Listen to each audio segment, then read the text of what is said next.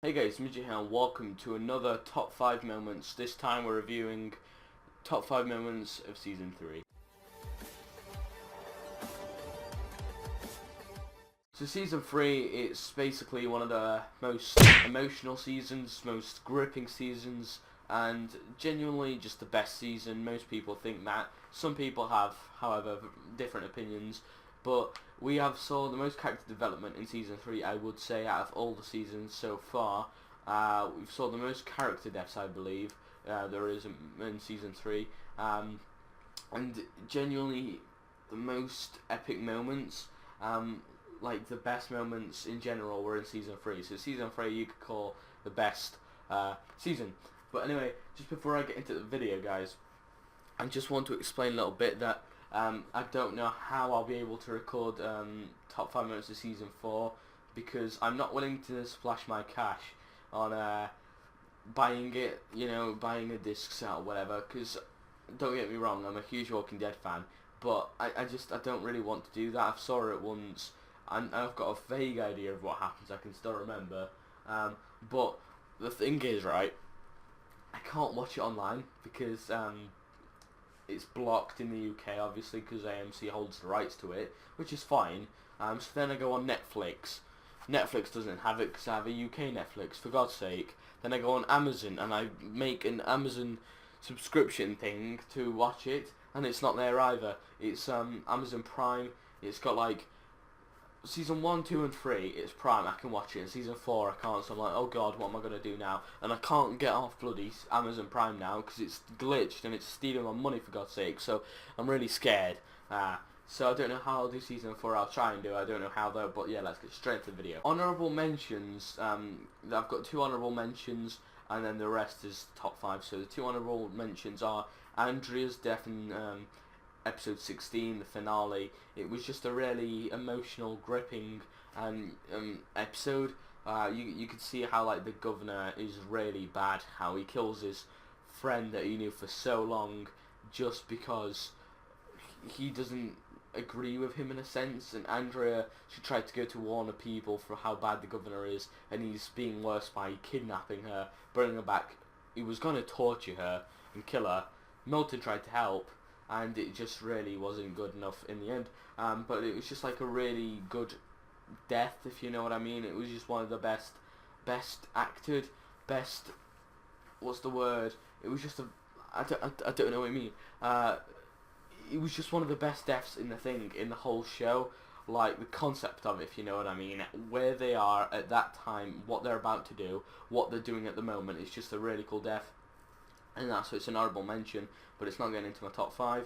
And also where Daryl and Merle are, I think in episode 10 I believe it is right now, they're like walking through that woods, right, Daryl's gone away from Rick's group, and they're in the woods, and Merle starts talking about Glenn, and says some Chinese guy or Asian dude and something, and Daryl goes, he's Korean, and I found that funny because Daryl was in Merle's position, like in Season 1, when you're Asian or Japanese or something to him, and he went, I'm Korean, and it was just like funny to see that. So I think that deserves that bit of comical input, you could say, deserves an honourable mention, because obviously it's a horror drama, The Walking Dead, so any bit of little comedy is kind of good there. But anyway, let's get straight into our top 5. In 5th place we have Merle's death, as I think it was coming out of the blue. He's a assassin, you could say. It's been mentioned in this season to be quite a lot, actually. Assassin, basically. Merle went out, got drunk, led walkers to the governor, tried to kill him, and got killed himself. But we saw that Merle had a bit of character development once he reached Rick's group, as he was just governor's right hand man, if you know what I mean, or wing man, you could say. He did the dirty work, and then you think he's really bad. He goes and shoots Michonne and etc, kills that Gargiulio guy, and then what happens is he starts bringing Michonne to the governor, and then he just lets her go. And I mean, that's good enough. I mean, that just shows how much character development, because Merle is not a good character, as in like nice. So for him to do something like that is very good. I mean, so it shows how much Rick's group can change somebody, and that's what I liked. That's why it's my 5th position. In our 4th position, I believe it is. Yeah, it's Rick killing Thomas in episode 2. We have that, that they have that like line, and they're killing Walker one by one, and Thomas chucks a Walker on Rick and swings at him with a machete, where he pretends to like hit a Walker and like swings and almost has Rick, but Rick has good enough reflexes to dodge his machete shot, and then he just like shit happens and just slams a machete down his head and just goes straight in. It was like a really cool episode. It was like really intense. I was thinking, how long is Rick gonna tolerate this douchebag? And obviously we found out that not very long, and he killed him, which was kind of cool. And yeah, in 3rd place, however, we have T-Dog's death in episode 4, Killer Within, which obviously had another very big death. But T-Dog's death was amazing because despite being bit, he still has found enough courage to, he knows he's going to turn. Instead of just shooting himself in the head, he goes and helps Carol because he knows that he's not going to get out, so he might as well just help his family member, you could say, because they're all one big family at that point. Glenn says, we were family, we weren't just friends, in an episode where he talks to Axel and Oscar. So he goes and they're in the tombs. No, they're in the, you could say tombs, with him and Carol, and these 2 walkers walk around and start following them. So he runs into the walkers, pushes them against the wall, and lets Carol escape while he's just getting bit and getting his vocal cords ripped out and his hands getting ripped out and stuff. And it was just a really good death because he didn't get much screen time, T-Dog, but he was a really good person, if you know what I mean. He was a really good person overall, a really nice man.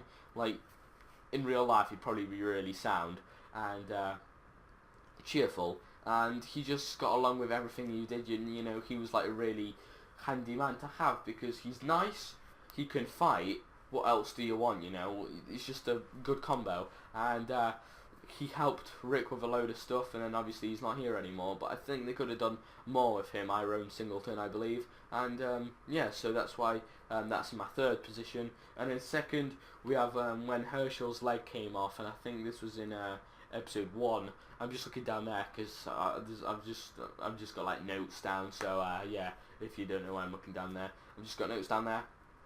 So it's in episode 1, obviously the Walker herd in the tombs catches up to Hershel and stuff and splits them off from Maggie and Glenn, and goes looking for Maggie and gets bit, and Rick just literally chucks him into this room and just goes, I'm sorry, chops off his leg, and he ends up surviving, which is great. And we see that the virus isn't that bad. It's still bad, but if you can sort of get ways around it if you get bit in the right place. So that's good.